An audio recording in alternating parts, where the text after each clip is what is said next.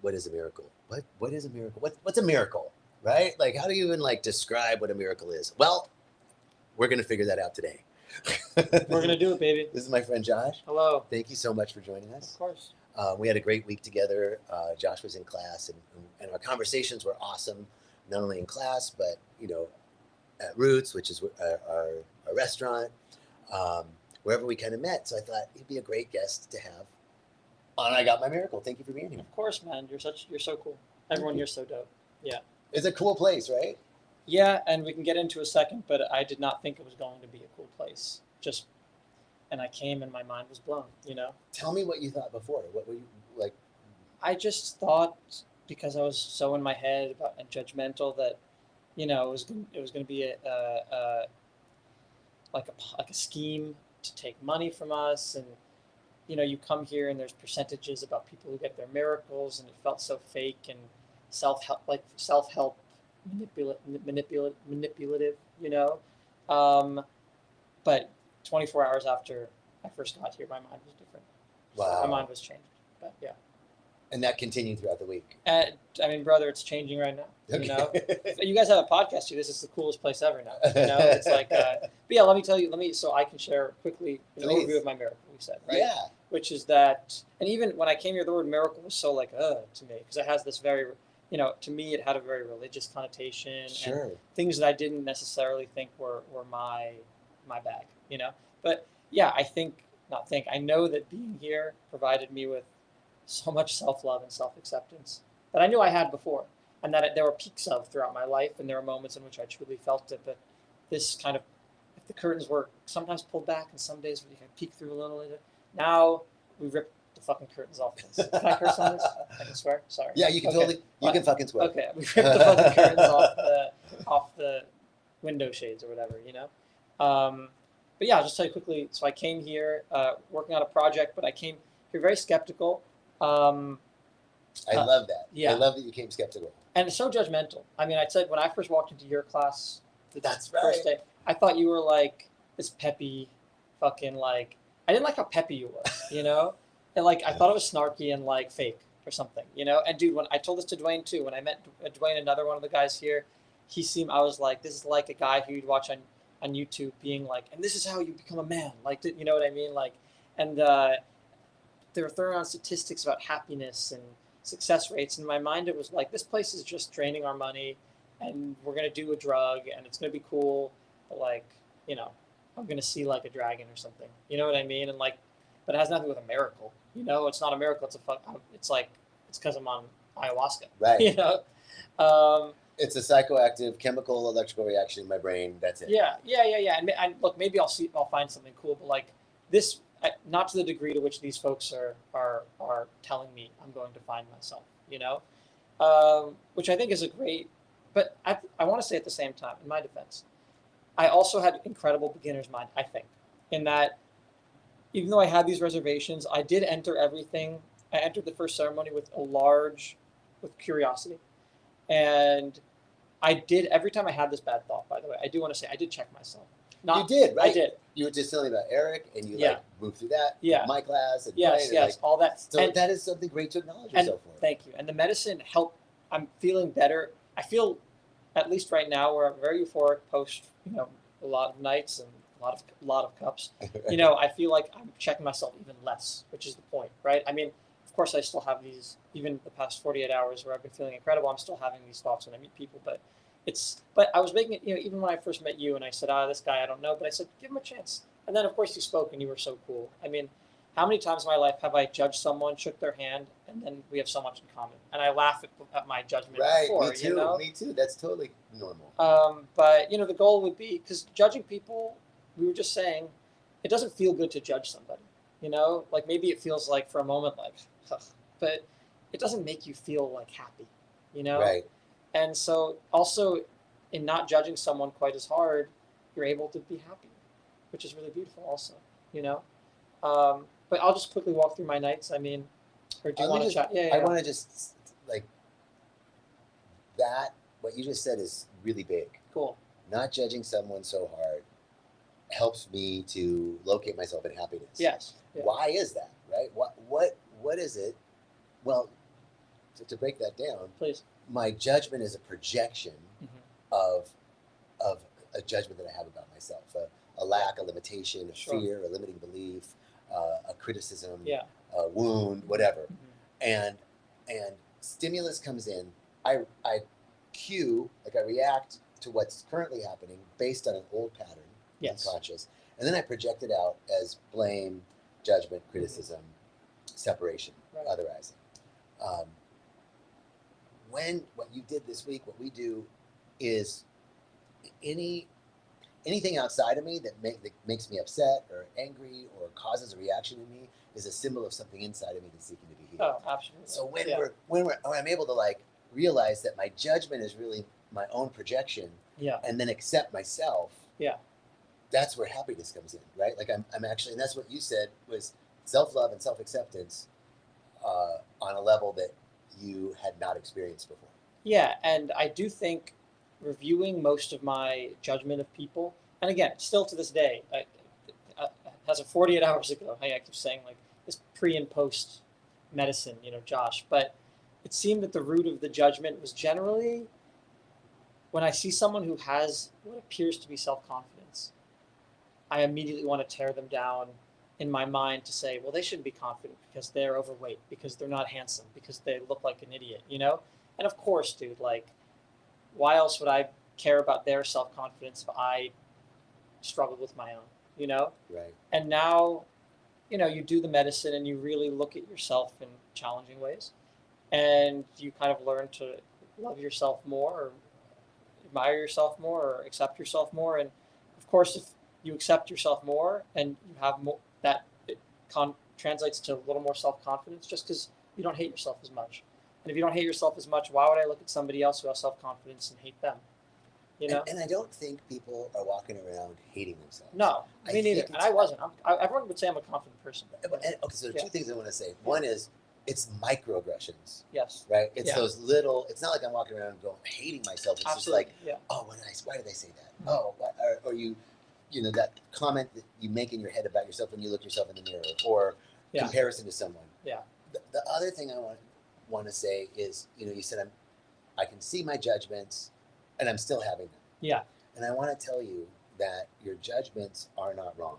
Sure. They're not bad. Yeah. And that they were actually a strategic adaptation that you made to protect yourself, because, and you just said, because my lack of self-confidence. Sure. What is lack of self-confidence? Lack of self-worth, self-value. Yeah. Self-worth is right. Yeah. So my sense of lack of self-worth created this adaptation, but it's also there. It's feedback.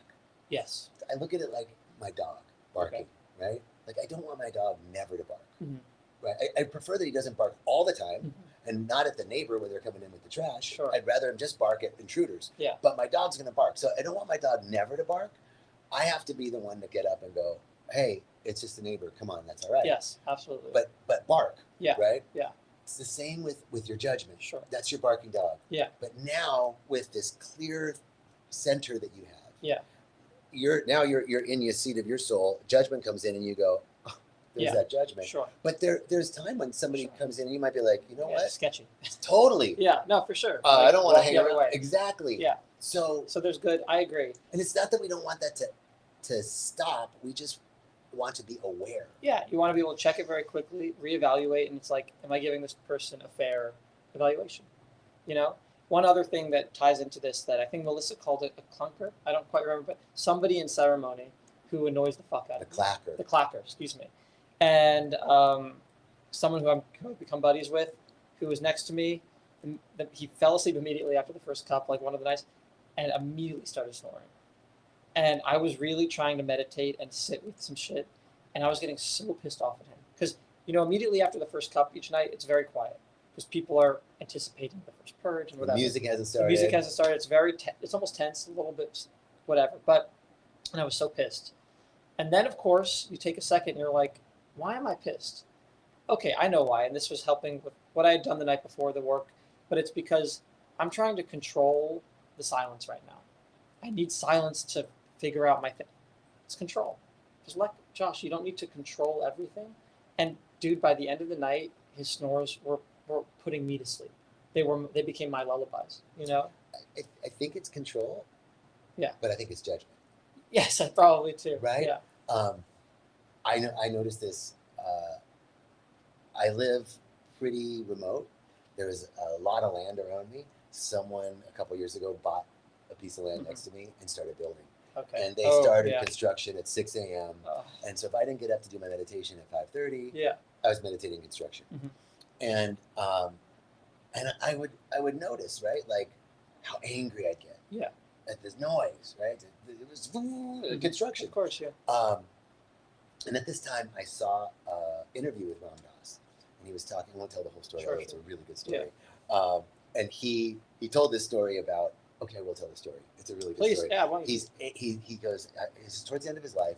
He's out to dinner with some friends, and he's telling his friends that he's really seeing the oneness behind everything. Mhm. Like behind everything, he can see God in everything. He's telling his friends at dinner, and they're at this restaurant. He goes, I love that tree out there. I love it because I can see the essence of God. I can see the essence of God in you. I can see the essence of God in this couch. I can see the essence of God in this. I love this carpet. Right. And his friend was like, okay, wait a minute. I can totally see that you love the tree. I can Mhm. see that you love us. But this is like industrial carpet. It has stains. It's like worn. Yeah. I don't think you love the carpet. Yeah. It's like, and Ram Dass's response was judgment, judgment, judgment. Yeah. So then he says, later that year for his 80th birthday, his friend got a piece of that carpet from the restaurant Uh-huh. and framed it Oh. with the stain and the wearing Sure. and sent it to Ram Dass and said, if you love this carpet so much, why don't you replace the picture of your guru with that carpet? Whoa. And Ram Dass's response was, he didn't think I could do it. But so I heard that. Yeah. And now that's so I'm funny. meditating in the construction zone and I'm realizing judgment, judgment, judgment. Oh, Yeah. when the bird sings, Yeah. oh, that's perfect for my meditation. Yes. Exactly. The wind blows, that's acceptable. Yeah. But the jackhammer, not. Yeah. Right? Yeah. The green tree is beautiful, but the dying vine, not. Yeah. Of course. Yeah. Right? And so seeing how my judgment, this is another Ram Dass saying, if you want to know the truth, give up your opinion. Give up your Wow. judgment. Yeah. Absolutely. Judgment's going to, cloud my perception. Mhm. And so in the same way, his snoring, right? Like as we start to see, like, that's another thing about meditation is people think like, oh, it's supposed to be quiet. Yeah. No, actually meditation is you being able to like Yeah. place your mind Focus where on you them. want to, no matter what. Of course. Yeah. So I started to look at the jackhammer as a gift. Yeah. That's so cool. I did try and get up early, but if Of course, I didn't, of course. Yeah. Look, there I was meditating in a construction zone. would I prefer not hearing the sound of a million purges as I work through my shit? Yeah. But they added some flavor to it, And by the end of the week, though, what happened to me was at first I was like, oh my God, that's really disturbing. And I noticed by the end, my first week, by the end of the week, it was like, oh my God, there's healing. Yeah. Oh, That it's beautiful. I also my sense of humor really was a real great, not a shield, but was a real ally during all of my experiences. Of course, I interrogated quite a lot how I use humor to. We good? Yeah, I'm just looking at the comment. Oh, people are Wait. watching this. Yeah, people So are who's watching. This handsome man. sitting next to you? Hey. Yeah. Hello. But humor. Of course, I had to think quite a lot about like how in my past I've used humor as a crutch to some degree or hidden. But like we've said, you analyze these things and you say, okay, there are aspects of it that I don't love, or I don't love how I've used, but then there are aspects of it that I love. So I also love my sense of humor about myself, right? And I've become known in the groups we did as like the laugher. So involuntary, like I'll have a thought and just like the loud, like ha, like loudest. And so here's the funny thing: my neighbor, the second night, when I was laughing like crazy when the shaman told me to go outside because I was laughing so much, he told me the next day, he was like, dude, I wanted to fucking kill you when you were laughing, but at the end of the night, I wanted to kill you less. And the next day, to kill you literally less. the next day, by coincidence, I swear, we were next to each other again. And it was like, oh my God, okay. So my first laugh, I was like, ha! I just hear him go like, fuck! And dude, by the end of the ceremonies, when I was laughing, he was a couple ones that he would start laughing too. And we would just be like laughing together. And it was just this like beautiful thing where it's like, he like was thinking about like, why does his laughter annoy me? Because this idea that he had, you can't be I'm suffering right now. How are you? You're not. And by the way, my laughter didn't mean I wasn't suffering. Right. But he interpreted it that way. Right. And then he thought, and he was like, you know what? Even if he is having a great time laughing, It's fucking awesome, Josh. Well, Like, this is the other beautiful thing, what we were talking about earlier. Yeah. Anything outside of me yeah, that causes me annoyance or Yeah, suffering yeah. or whatever Yeah. causes a reaction in me is a symbol of something inside of me that's seeking to be healed. right. So his judgment is like, how can you be laughing when I'm suffering? Yes. Which is absolute victimhood. Yeah. Everything, like, people aren't realizing that I. So Yeah. it's pointing to a core wound, I would assume, Yes. of not feeling loved, not feeling Sure. that belonging. Absolutely. You Yeah. know, feeling left behind, feeling left out, Yeah. not being cared for. Yeah. Like, that was his core wound. And so the perfection of life, Mhm. the perfection of the medicine, is that life is always providing this feedback Mhm. that's reflecting back to us Yeah. the part of us that needs love. Absolutely. You know? Yeah.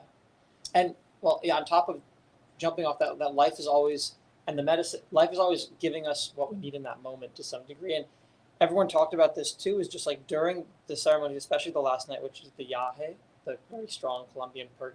I mean, dude, that was like Purge City that night. That was fucking insane. But the amount of that we were all on the same wavelength and interpreting, using the sounds of others and the actions of others to fold within our own healing, you know? So in the third night, for instance, when it was Divine Feminine, and I was really considering my past relationships with women, you know, in whatever sense, with my mother, with a girlfriend, with a friend who's a girl, you know, whatever.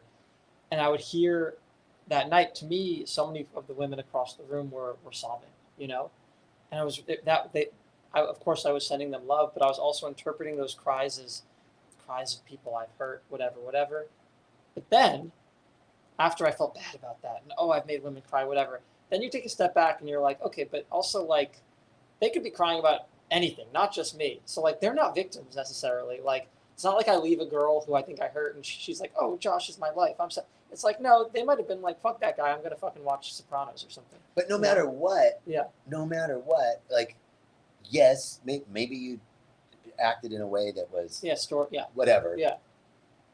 It's still a feedback loop, right? Absolutely. And Yeah. and at the very least, I have to know that there is a perfection, Yes.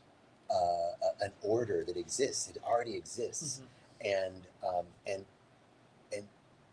you were providing something. Yeah. She was providing something. Of course. And you both grew out of that, Yeah. right? Like and we've all had the experience of experiencing something that we wish we didn't have to experience.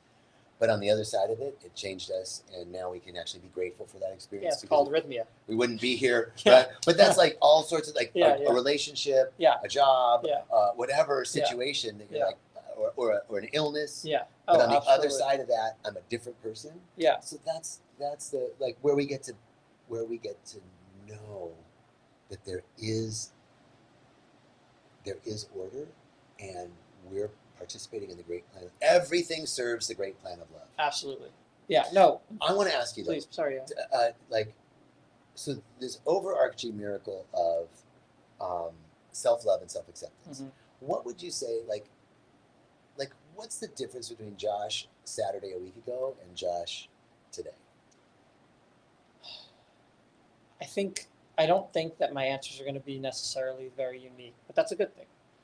I think there's a stillness that I didn't have then. There's a gratitude for there's a general, like, I mean, dude, there are several with my job and some shit going on right now with work and whatever stuff. There's a lot that I was like freaking out over, you know, things I did that I could have done differently, things that are coming up and now I'm just much more attuned to, I'm at Rhythmia, and I will face those things next week, but also I'll face those things and they're really, whatever happens, happens. And I'll know that I'm going to act in the best way that I can. And if the person accepts that, incredible. And if they don't accept that, that's okay too. That's their journey. But I'm going to stay who I am, you know? Wow. So that's like a peace and a self-centeredness, being centered in oneself. Something the shaman said, Leo said yesterday, was that I loved, and I knew this, but he said the past could never be anything but the past. You know, the past could never be anything but what it was, rather, you know, as if it was preordained or something, you know? And this idea that, like, you don't need to torture yourself over shit, you know? You think about it, you focus it, and then you just go back to the moment. When I think it's probably fine, but we're fine, great. Okay. Yeah, just got a screensaver. All But right. so that's something huge for me, you know. And it's just like general, you know. I used to feel guilt over being stoked about what's going on in my life. Right. This sense of like, if I get too cocky or too happy, it's gonna all get torn away from me. But now I don't really feel that way. I feel like I can have gratitude for it and excitement for what's to come. And there will be challenging things, but why even worry about that now? Because the future is absolutely uncertain. You know? Reverend Michael says, worrying about the future is like paying interest on money you haven't borrowed. Yeah, You know? yeah. Just being totally fucking Right? no, But absolutely. this thing that you just pointed to, like this sense of peace around the future, Yeah. a sense of like you were just talking about, like Mistakes in the past. right, exactly, Right. like just being at peace and being centered, Mm-hmm. and this sort of like, hold on, That's okay. it's the like confidence that life is Yeah. actually for me, Mm-hmm. and everything's going to work out. Yeah. And I don't have to try so hard. Everything will work out. Maybe certain things will be, you know, it'll work out how it's supposed to work out. I think there's a great thing that I've been saying for years, but that applies so well, which is, you know, it is what it is, and it ain't what it ain't. That's it. And it is what it is until it ain't. Until it ain't, yeah. And it ain't what it is until it is. That's also, you know, it's like, so, you know, man, it's just riding the wave of life, and like, I just feel so calm and like, just happy and like thankful for the people in my life. And, So, yeah. Anything else that you want to say to wrap up? Anything you Yes. So there was one thing quickly. I'm not going to go into the but the second night I had a very interesting. This was the one moment where I was confronted with something that, you know, I did come in here with an idea of what I would be facing, and a lot of that was true, I think. But the second night there was one huge thing that I didn't even fucking think I'd be confronted with, and it happened, and I'm so thankful for that too, for what that was, because that was like living inside me for so long. This thing that had happened to me. This makes it sound terrible. It wasn't that bad, but like this thing that had happened to me that I had done, that I never even knew I thought about. Mm. And when it was presented to me by the medicine that I do think about this thing, everything else slid into place, you know, and it really was like so peaceful and So like something you weren't even aware that you were carrying I came was, to light. dude, I was carrying. I mean, you should Okay. see what came out of me. Like Wow. deep clay from fucking every pore of my body, like the blackest tar. It was fucking wild, dude. Wow. Yeah. Brother, So- thank you so much for Thank you, man. You're the best. I loved our classes. Yeah. Come back to Rythmia, please, people. Come Yeah. to Rythmia. Come Come. see us. Yeah. Thank you all so much for joining us. I'll see you next week.